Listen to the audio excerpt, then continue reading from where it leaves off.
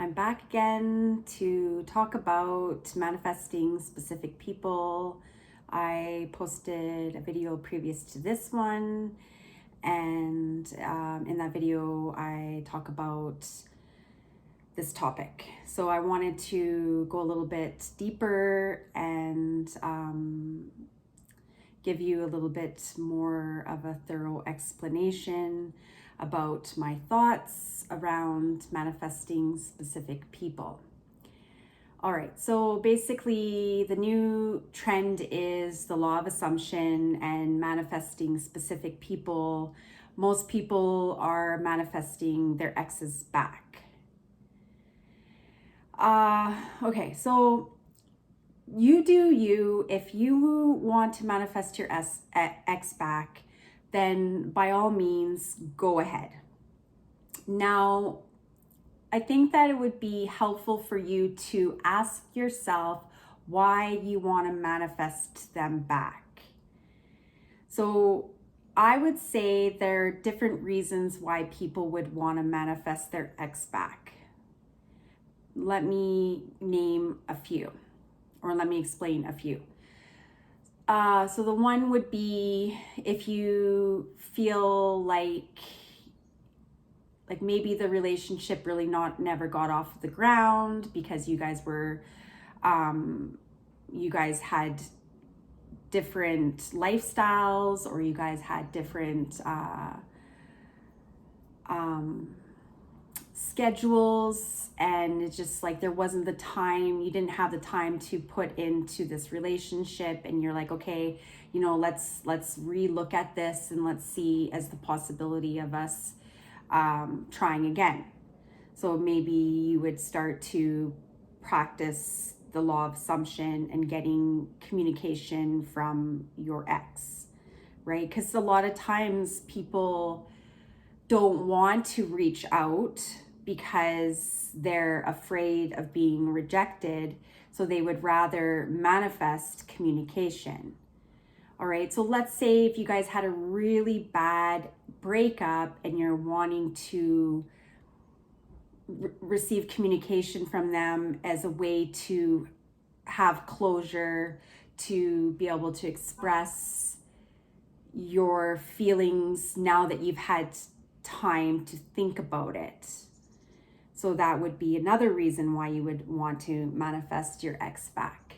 Or maybe you're codependent and you have put this person on a pedestal, and you are you don't believe that you could be with anyone, or that anyone can replace this person, and so you want to manifest them back. Okay, so there's different reasons.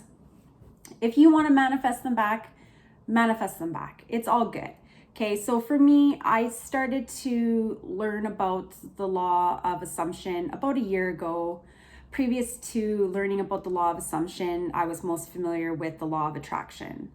And I love the law of attraction because one of my life lessons has to do with being receptive. I tend to be a little bit more masculine in nature. This has to do with the way I was raised, and this has to do with like a survival, as a form of survival, right? So when you're a single person, you have to be more masculine in order to take care of business, to pay those bills. You have to take action, and you have to be focused and dedicated and hardworking, and get the job done. Whereas the feminine is more receptive and loving, like trusting, and just like kind of more flowy. And one of my life lessons is to be more feminine, to be more trusting, to be more allowing. And the law of attraction has helped me with that. But because it's my programming, had me doubting, and had me like in the state of tension and fear and worry and like scarcity mindset, the receptivity didn't come natural for me. And and so also, like, I have I struggle with depression, and when you're in a depressed state, it's hard to be receptive. Like, you're tense, you're sad, you're just somber, and you're just like, you're not in this, flowy la la la la la. Like, your brain is on overdrive, and you have a lot of thoughts that are negative. So when you're in that state of in that mindset, it's hard to be receptive because you're tense. And so what I found was that the law of assumption helped me with that, because I was able to assert my wants, my needs, and by doing so, I was able to create a new belief. I was able to impress my subconscious and get myself into a state of believing versus fear and worry and anxiety and all of that tension and lack of receptivity. So when you're not in a state where you're believing it, then you want to assume it. You want to assert it and be persistent with affirming what it is that you want. Ideally, you want to be in a receptive state. So basically, when you're doing all these affirmations, it's kind of getting you into more of a relaxed state because you're starting to believe it. So you're kind of settling in and being like, oh, it's like basically like before you go to if you're into sports. So I used to play basketball. So before we would begin, we would have a warm up, and we'd listen to the music, and I'd be running around the gym and just getting pumped up. So basically that's what the law of assumption is. It's like assuming that you won. Like, you're not going into the game worrying that you're not going to win. You're going to win. And you're assuming it, and you're like, I'm the best basketball player. I'm so good at what I do. And so that's basically what the law of assumption is. It's assuming that it is done. You got it. You're the best. You're the shit. Everyone, let's say if you feel like you're not attractive, you'd be like, oh, I'm so beautiful, and I just love I love all these features, and I love my eyes, and I love my hair. You would really want to assume this belief, as opposed to talking negatively and criticizing yourself and just being putting yourself down. Okay, so it's basically, you want to completely switch up your beliefs around the negative beliefs, the negative assumptions. So it's like or generalization. So it's like, oh, let's say in the past you're constantly being rejected, or you were always the one, somebody always broke up with you. So let's say you're in a new relationship and things are kind of, you're always worried that something's going to happen, or the ball's going to drop, or you're going to receive a text message that they want to break up. That's that narrative that you have going on in the background, and that narrative is going to create that energy and keep you in this state of tension and anxiety. So what you would want to be doing is reaffirming. You would want to convince yourself that you're in a secure, stable, committed, mutually beneficial relationship with somebody who cherishes you, adores you, thinks you're awesome, who's attentive to your needs, who's excellent communicator. You want to affirm. Affirm. But like, a lot of people are affirming for their exes. And I feel like that is,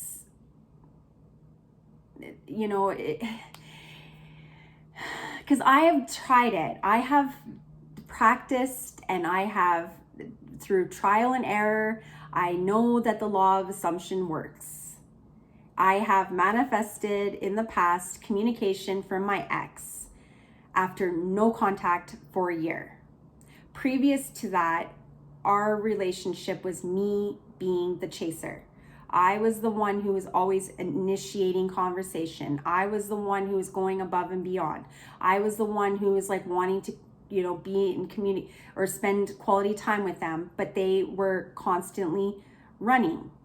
They weren't giving me any indication like that. Like they were giving me just enough to keep me hanging. And if you're in a situation like with that, then it's like it's a matter of you deciding where you want to put your energy. Do you want to be waiting around, wondering, hoping, wishing, praying that this person's just going to miraculously, just like completely change and shift all of their attention onto you? Or would it be better for you to deal with what's going on within, dealing with your fears, your insecurities, your limiting beliefs, your all of that, your fears and insecurities is the main thing that you need to deal with before you can get into a relationship, in my opinion. So it's like, no matter how much affirming you do in regards to manifesting a specific person, if you truly haven't changed, receiving communication, manifesting communication isn't necessarily going to result in you guys getting into commitment. So that's what I'm saying. Like, it's a temporary solution. And that's what it was for me. Yeah, I manifested communication after 1 year, but then shortly after receiving communication, our contact slowly became like, it wasn't as frequent. It was just like, hey, what's up?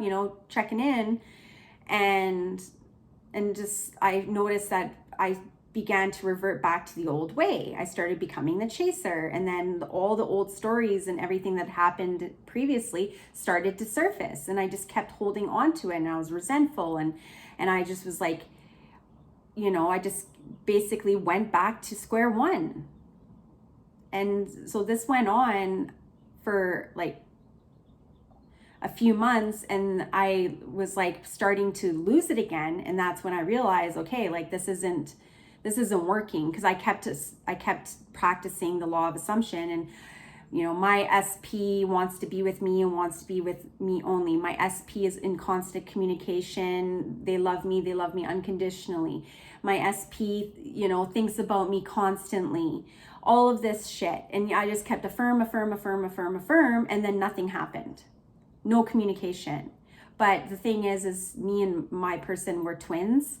So one of the things about the twin flame journey is like, you have to go through a series of lessons, and you have to reach a certain level of consciousness before you could end up in a long-term committed relationship.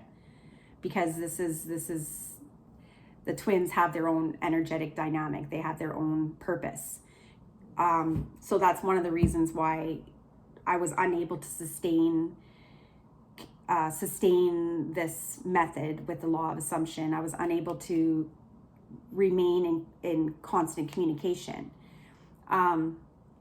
But in some ways it was good for me, because it did help me reset. It helped me recognize where I was at and where my focus should be, and how like that whole entire year that I was waiting for him to communicate, I was replaying the story. And like, I was really angry and I was really resentful. And then I was like, I felt shameful, and I was thinking about my behaviors, and like, it was messing me up. But once I received communication, and then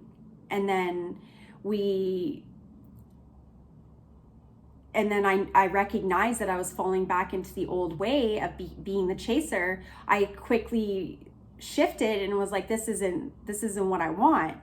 Like, I want to be pursued. I want to be valued. I want to be prioritized. And my twin wasn't doing that.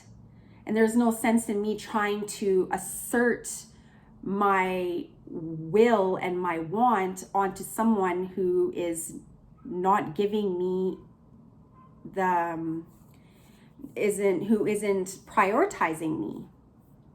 But you can, let's say if you're like dating someone and you guys are dating, or you're dating is to me, dating means like you're going on dates. You're seeing each other casually. It's not a committed relationship. It's just like, working things, testing the waters and playing with the energy. So if you're in that situation and you have somebody who's like giving you attention and you guys you're doing this energetic dance, then yeah, like you would be affirming, so-and-so thinks I'm awesome. So-and-so is always in communication. They text me in the morning, they text me in the afternoon, they call me in the evening, they plan special plan special dates, they bring me flowers, we have fun, they have no problem, they love to express themselves, they're honest. Because you and that person have an energetic, you guys have an agreement. Whereas your ex, there's a reason why it ended. So it's like in that situation, it would be better to just be like, there's a Hawaiian prayer, Hapona Ono, and it goes like this: I love you, I'm sorry, please forgive me, thank you. So that is the type of energy that I would be settling into with regards to an ex. So it's about finding forgiveness, not just for them, but for yourself. Because a lot of times with these relationship dynamics, we go against our better judgment. So the chaser chases, and then they feel rejected, and then they feel it just further creates this insecurity and this shame. I'm like, oh my God, I can't believe I did that, and that's so embarrassing. And it's just like you're lowering yourself when you're chasing. And we want to be valued, we want to be appreciated, we want to be loved and cherished and adored and given gifts and shown like with all the love languages, action, all the love languages. We want that and we deserve it. So if your ex and you broke up, there's a reason why you guys broke up. And now it's just, for me, or like what I would suggest is instead of trying to affirm, I would be like, I would take that energy and put it into your healing. So I am so amazing. I am always chosen. I am always prioritized. I love myself unconditionally. I have, I'm, whatever you want to affirm that for you, and let go of this ex. Just let him go. Love them and let him go. Like the Hapona Ono prayer goes: I love you, I'm sorry, please forgive me, thank you. As opposed to obsessing and like just that. That's how it is. But like if you're in a relationship and the other person and you have, made an agreement, but you're still insecure and you still have these fears, then yeah, do the law of assumption. If you're questioning their feelings, it's better off to assume that this person adores you and loves you and cherishes you than thinking that they don't. But in that case, you guys have made an energetic agreement to get to know each other, to have this interplay of energy, as opposed to having a separation from your ex and no contact, them doing them and you doing you, and moving on and being open to new possibilities, new relationships. So, but it always goes back to you. It always goes back to you. I cannot stress that enough. So when you love yourself first and you put yourself a priority, when you're staying busy and you have your hobbies and your friends and you're just living your life to the fullest, with or without being in a relationship, that's what you want.